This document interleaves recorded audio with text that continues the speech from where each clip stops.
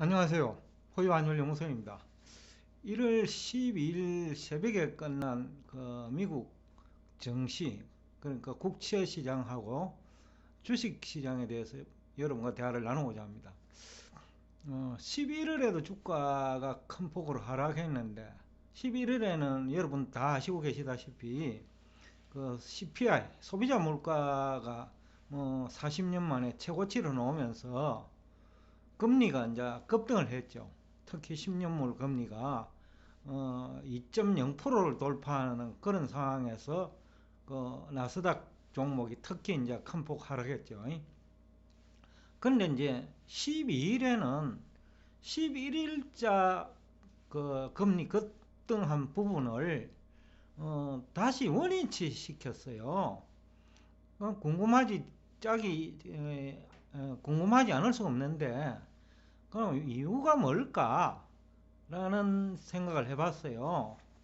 그래서 포유 한일연구소가 정리한 거는 크게 보면 한 네 가지 정도인데, 우선은 국채 10년물하고 나스닥 시장은 대체적인 자산 운용 수단이죠. 그래서 이제 나스닥 시장은 이제 불안하니까 우선 국채 시장으로 이동한 것 같아요.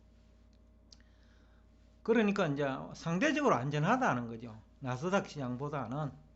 그래서 이제 국채 가격은 오르고 나스닥 시장은 또 11일에 이어 추가적으로 또 하락한 그런 어떤 케이스라고 볼 수 있고, 그 다음에 이제 2% 금리 수준 10년물 국채 금리입니다. 단기적으로는 부담이 없어요. 왜냐하면 아직 기준금리 한 번도 인상도 안 했고, 또 2% 금리 수준은 향후 추가적으로 상승이 있다 하더라도 단기적으로는 얼마든지 현금화가 할 수 있거든요. 더군다나 지금은 마땅한 재테크 수단이 없단 말이에요. 금리 오르니까 금도 그렇게 매력적이지 못하고, 그 다음에 주식시장도 매력적이지 못하고, 거기다가 시장 내 에너지 분산까지 일어나고, 그러니까 마땅한 투자 수단이 없는 가운데 2% 금리 수준은 단기적으로 부담이 없는 거지요.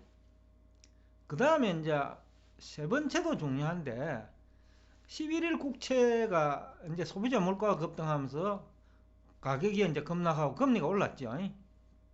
그러면 국채 선물 매도자가 많았을 거예요. 그래서 선물 가격이 금리가 이제 급등한 거거든요. 그러면 수익을 이제 실현해야 되는데, 쉽게 하면 청산을 해야 되는데, 그 1.8%, 1.9%에서 2.0까지 오르면 0.1이지만은 그 비율, 그러니까 분모를 1.9로 하고 분자를 0.1로 하면 거의 한 5% 가까이 되잖아요. 굉장히 큰 거죠. 그런데 이게 레버리지가 20배니까 투자 원본을 해소할 만한 레버리지를 감안하면 그 정도 수익을 하루에 실현할 수 있으니까 선물 매도 세력이 청산한 거로 볼 수 있죠. 그러니까 시세 차익이 적지 않죠. 특히 채권 시장 참여자들은 요새 말이 아니거든요. 금리 오르면 기존 보유하고는 채권 가격이 떨어지니까 이런 식으로라도 수익 실현을 해야 된다는 거죠. 단타라도. 그래야 연봉이라도 보장받을 수 있다는 거죠. 그 다음에 이제 맨 마지막인데, 현 시점 환경을 이제 봐야 되는데, 그러니까 금리 압박, 연준은 기준금리 인상 내지는 보유자산 축소, 이 얘기 나오죠.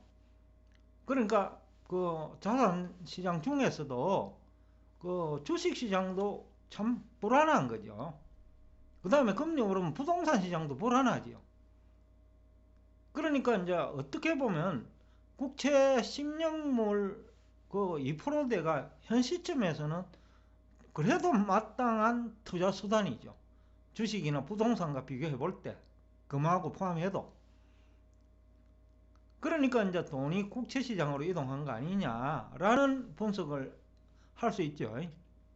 그러니까 금리가 급등한 거는 이해가 되고 이유도 있다라는 거죠. 이제 주식시장은 좀 복합적인 이유 때문에 그 11월하고 12월에 그 11일이죠. 11일과 12일에 그 이틀 연속 이제 하락한 것 같아요. 피상적으로는 바이든 대통령이 이제 우크라이나에 거주하고 있는 미국인들 철수하라고 권고를 했죠. 뭐 며칠 전에도 뭐 권고를 했으니까 물론 어제 있었던 얘기는 아닙니다. 그런데 이제 마땅한 그 주가 하락 요인을 찾아야 되는데 정권 전문가들 입장에서는 뭐 핑계대기 딱 좋은 건수죠. 그 다음에 이제 또 하나는 지금 아직까지는 거론되지 않고 있는데 포유환율연구소는 여러분도 아시다시피 항상 좀 앞서가는 그 경향이 있거든요. 한 1분기 정도는 지난 그 9월부터 여러분들이 느꼈을 거예요. 그러니까 1분기 그 성장률이 이제 아무래도 4분기보다는 지난해 4분기보다는 나빠질 수밖에 없어요. 우선 자산시장 환경도 그렇고 그러니까 대부분 12월과 1월에 주식이 뭐 40%, 50% 하락한 주식 많거든요. 근데 그런 투자자들은 소비 여력이 약화되죠. 특히 이제 자산 시장 관련 주식이 이제 자동차, 내구재잖아요. 그쪽에 이제 그 영업 실적이 악화될 가능성이 높죠. 그러니까 성장률이 매출액 증가율이 둔화되죠. 그러니까 영업 실적이 악화되죠.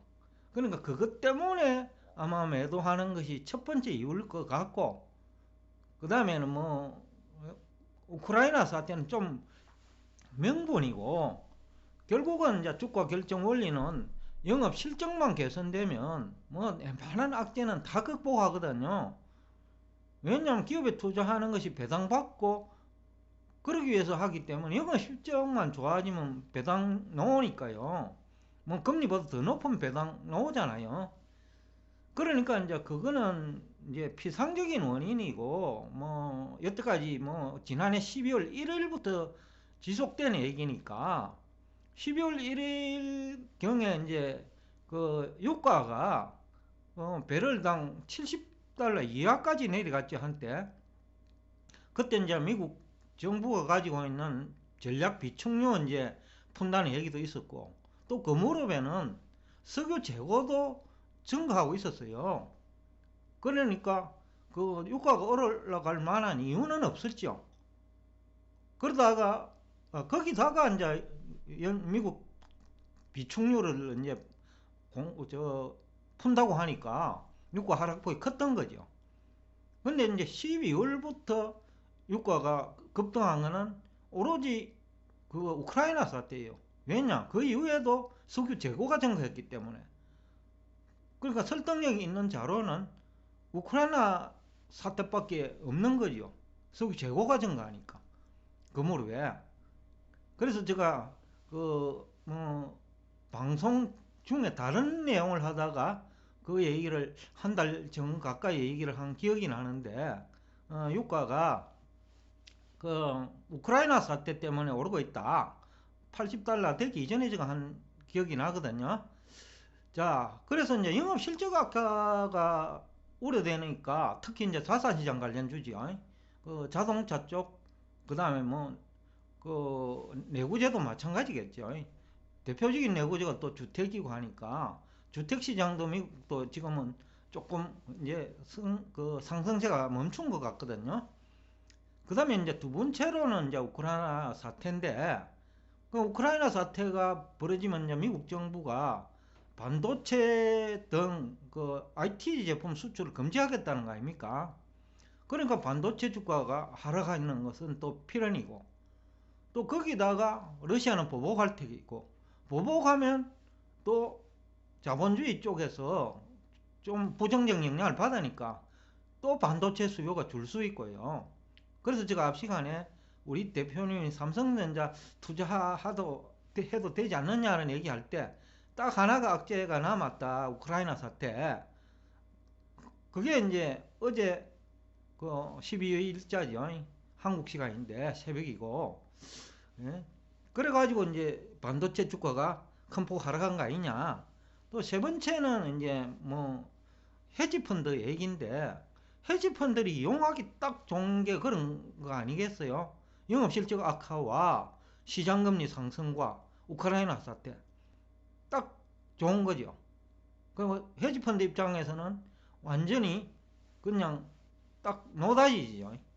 그러니까 11일 날도 제가 그 파악한 바로는 헤지펀드의 짓이에요. 초반에 이제 소비자 물가 상승률 40년 만에 최고치, 이거 발표되자마자 내렸거든요. 내렸는데 그거를 억지로 끄집어 올리는 세력이 있더라고요. 환경이 이제 아닌데. 그런데 그것을 올린 세력은 헤지펀드가 대부분일 거거든요. 아니면 겁이 나서 일반 투자자들은 내리고 가는 환경에서 또 소비자 물가 40년 만에 최고치고, 또 그래 되면 기준금리 연준 보유자 매각이라 하는 악재가 노출될 수밖에 없는데, 쉽게 하면 현실화될 수밖에 없는데, 그걸 일반인들은 매수 안 했을 거예요. 그러니까 헤지펀드가 올려가지고 더 높은 가격에서 일반 개미들이 따라 들어오면 더 높은 가격에서 매도하는 전략을 선택한 거죠. 그러다 보니까 그 주변 환경과 헤지펀드의 이제 유혹이라 합니까? 그 일반 개미들 따라 들어오도록 유인해놨고, 거기다가 대량으로 매도해버린 거죠. 그러니까 11월에 큰 폭으로 하락했고, 근데 12일자도 청산할 이유가 없죠. 뭐 바이든 대통령은 우크라이나에 철수 권고하고, 그 다음에 시장금리는 뭐 그때만 하더라도 어제 초에는 높았으니까, 어제 그 초반에는 시장금리 그런 대로 뭐 유지가 되었거든요. 더군다나 장중에는 시장금리가 또 안정되는 모습도 보였어요. 그러니까 이제 그 낮은 수준에서 안정이었죠. 거기다가 이제 그 퍼버버린 거죠.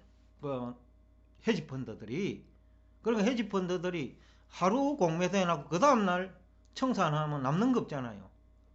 그러니까 악재 딱 이용해가지고 추가적으로 하락을 유도한 거 아니냐, 헤지펀드들이. 그리고 공매도 더 했다는 거죠. 이것은 이제 또 시사한 바가 큽니다. 왜냐하면 헤지펀드 또 청산 과정이 필요하지요.